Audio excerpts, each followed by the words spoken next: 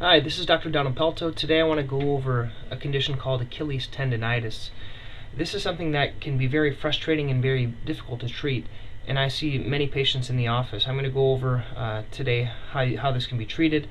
All this information can be found at drpelto.com if you need to find it later on. So first of all, we have to look at what Achilles tendonitis is.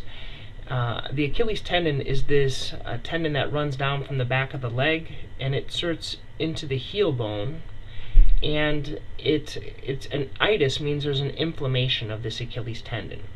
There are two areas that typically can be affected. One is right at the insertion of the back of the heel, and that can be called an insertional Achilles tendonitis. And then there's another type of pain that can happen a little bit higher up. That's called a non-insertional Achilles tendonitis. As you can see from the redness, there is some type of inflammation in the area, and the tendon tends to become a little bit thicker. So looking here at these pictures, you can see a normal tendon. You can see a tendon that's a little bit thicker and has kind of this opening up, this spreading out. You can see one that actually is totally ruptured, and this needs to be surgically repaired. This can usually be treated with other types of therapy. And then there can be some tendinosis where there's some tiny tears in there. Now you have to be aware though that this can a lot of times be mistaken with something called a Haglund's deformity or a pump bump. So right on the back of the heel, if there's a very large bone back here, that can be mistaken for Achilles tendonitis, when really it isn't. It may be the bone that's enlarged that needs to be treated, or there can even be a fluid sac called a bursa that can be back there. So let's go on and talk about the treatments for this condition. First of all, I would do an examination to feel where it hurts. This is where plantar fascia usually hurts, but Achilles tendonitis usually hurts on the back. They're both very interrelated. Getting an x-ray, you would have to look to see if there's any big bone spur on the back of the heel. That can sometimes be contributing to it. Once again, this is a heel spur for something that we may be looking for with plantar fasciitis. Achilles tendonitis, on the other hand, would tend to have spurring right in the back of the heel in this area. The treatments, everyone gets the same type of treatment starting out. I recommend cold therapy, whether it be ice or biofreeze, an anti-inflammatory. I like naproxen if you can take it, because it's twice a day dosing. With ibuprofen, I find that 3 times a day is hard to take. It's just inconvenient. And then also a anti-inflammatory cream if needed. There are different types of creams on the market that can help that. New shoes can be helpful, such as Asics or New Balance are the ones that I recommend. If you have a big bump in the back, be careful that bump doesn't hit the back of the Achilles and cause pain. That can be something that can affect it. Also, an ice bottle can help as well. So let's go on to the treatment. The treatment I find for Achilles tendonitis, it's a lot more challenging to treat right down here on the tendon itself. Here's the Achilles tendon. This is the area that's inflamed. You see all these white fibers? These fibers are hard to stretch out because they're so hard. They're the fibrous component.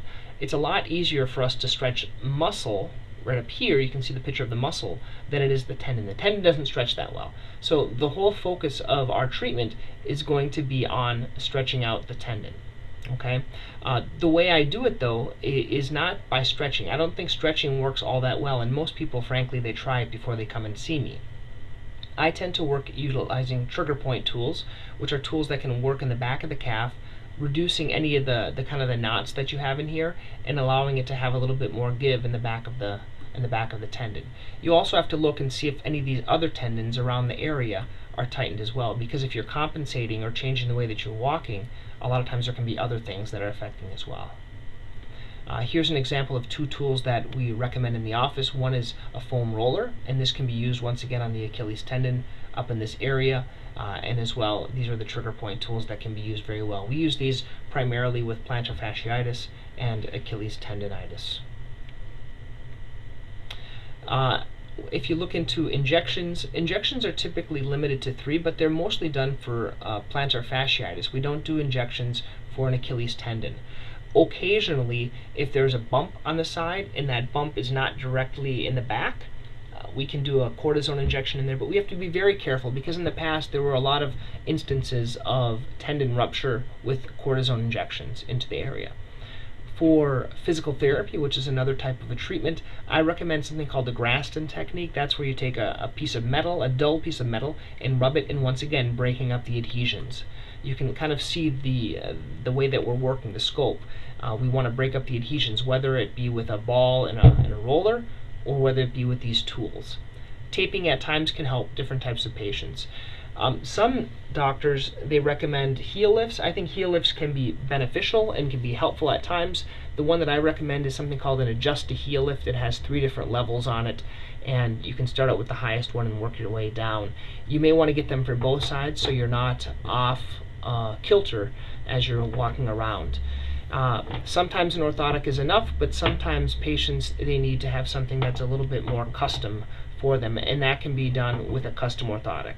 What the custom orthotic does, it actually brings the heel back into the normal position. Right now the heel is kind of curving, going out, so as you walk with Achilles tendonitis and your foot is going up in this direction, it's putting additional strain on one side of the Achilles, usually the outside. If you can bring the heel back underneath, it's able to function a lot better. So usually when someone is pronating or flattening out, they put a lot more stress on the outside of the Achilles tendon. By bringing the foot back underneath itself from this outside position, you're able to have your foot in a more of a straight position. The main key for an orthotic is it needs to be have a deep heel cup. That's the most important aspect of it to reduce that abnormal motion. Some questions that people have about orthotics: how do they work? What they do is they reposition the foot into alignment to correct the mechanical instability in your foot. So as you can see, it goes out and here it goes in, and this reduces the work as well of the larger muscles in the body. Okay, a lot of people think that they need to be in something that's soft. Well, I don't agree. Walking on something soft is like walking on a sandy beach. It takes more effort. It may feel good for a little bit, but ultimately it works a lot more. Here you can see an example of someone's flattening out and their collapsed arch. It can affect the knee. Usually what happens, it affects the inner knee, the outer hip, and then the lower back if things are off kilter. They're not all the same. Some people need custom, others need non-custom. This is something more for your office visit that we can go over more with about orthotics. This explains the different types of materials that they're made out of and how they work. So also, what types of shoes can you wear with these inserts? You need to have a shoe that has removable sock liner. So here's a sock liner that comes out, and this needs to be pulled out so you can put in a different type of a liner in there. Some common questions people ask me: should they be really rigid? I do. I think they should be rigid because they can hold your foot in the proper position.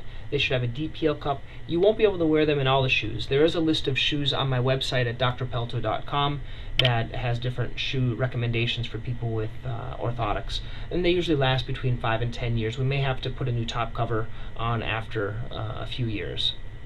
Will my insurance cover them? In Massachusetts, normally they don't, but there are other ways of paying that we can go over in the office. Some other types of treatments you may want to consider. One is something called an air heel. What an air heel does, it actually reduces the pressure during the day when you're walking. So it has a little air pocket right here, and an air pocket back here, and the air shoots back and forth, and it reduces a little bit of the pressure on the bottom, on the back of the Achilles, and as well it has a little massaging technique that happens. As well, a night splint. A night splint can be in the back or on the front. This basically just does the stretching motion. I would prefer people to use the trigger point tools, those tools we talked about, but for someone that certainly can't afford them, or someone that has this covered by insurance, they may prefer this. The plantar fascial support, this is more for plantar fasciitis, and the plantar fascial sleeve sometimes can help in a similar way to a compression stocking. It puts more compression around the bottom of the heel as well as the Achilles region, and this reduces any type of swelling, because swelling is a big cause of pain, and as well it can help increase the blood flow to the area. Is surgery needed for Achilles tendonitis? Occasionally it is needed, and occasionally some other types of things are used. One's called a Dynasplint, and this is used, it's kind of like, I always explain, it's kind of like a night splint on steroids. It has these little struts on the side, and it constantly gives a constant action to pull up on the area. Some people, if they're in a lot of pain when they initially come in, and if they really can't walk, I put them into a walking boot or crutches. And as kind of a last resort, we talk about surgery. This is a type of the walking boot that we would use. Some types of surgery that may be possible. One is called Topaz. This is where little pokes are made into the back of the Achilles tendon. It's normally used more for plantar fasciitis, but it can also be used at times for Achilles tendonitis. And as well, if you have a big bump on the back of the heel, you may need something called a Haglund's repair. This is to remove the bump in the back and then reattach the tendon on the area. Okay. Occasionally, PRP it's platelet-rich plasma can be used, and as well shockwave therapy can be used. So those are some of the options. Surgery is very rarely done for this condition of Achilles tendonitis. I hope you found this helpful. If you'd like more information, go to drpelto.com, and I do have a foot pain toolkit with just hundreds of resources and educational material about foot conditions. As well, there's a diabetes toolkit that can help you if you have diabetes with a lot of great information.